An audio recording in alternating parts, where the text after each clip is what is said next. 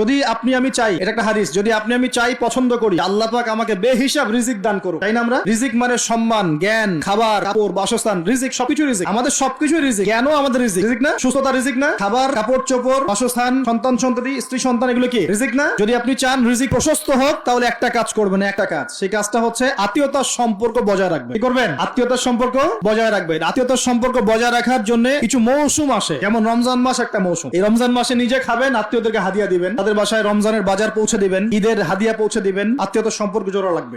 কোন ক্ষেত্রে মাহফিলে দান করার চাইতে নিকট আত্মীয় পরিবারের পিছনে খরচ করলে বেশি নেকি হয়। বিশ্বাস করলেন না? মনে করতে পারে এটা তো আল্লাহর রাস্তায় ব্যয়, এটা কি বড় ব্যয় হতে পারে? হ্যাঁ, হতে পারে। সবচেয়ে উত্তম ব্যয় হচ্ছে আপনার পরিবারের পিছনে ব্যয়। হালাল টাকা থেকে, হালাল উপার্জন থেকে যে ব্যয়টা আপনি পরিবারের পিছনে করেন, এটা সর্বশ্রেষ্ঠ ব্যয়। আর আত্মীয়দেরকে দান খয়রাত করলে বা তাদেরকে হাদিয়া দিলে দুইটা বেনিফিট। একটা হলো দানের তো নেকি পাবেনই আপনি, আবার আত্মীয়তার সম্পর্ক রক্ষার নেকি পাবেন। আল্লাহ পাক বলছেন যে শোনো, তোমার ব্যাপারে আমার ফয়সালা এবং ওয়াদা হচ্ছে যে যে তোমাকে টিকিয়ে রাখবে, যে তোমাকে টিকিয়ে রাখবে, আমি তার ব্যাপারে খুব রহম হব, দয়ালু হব ইনশাআল্লাহ। আর যে তোমাকে নষ্ট করে ফেলবে, তার সাথে আমি সম্পর্ক নষ্ট করে ফেলবো। আত্মীয়তার সম্পর্ক খুব ইম্পর্টেন্ট। তো রিজিক যদি প্রশস্ত হতে চান,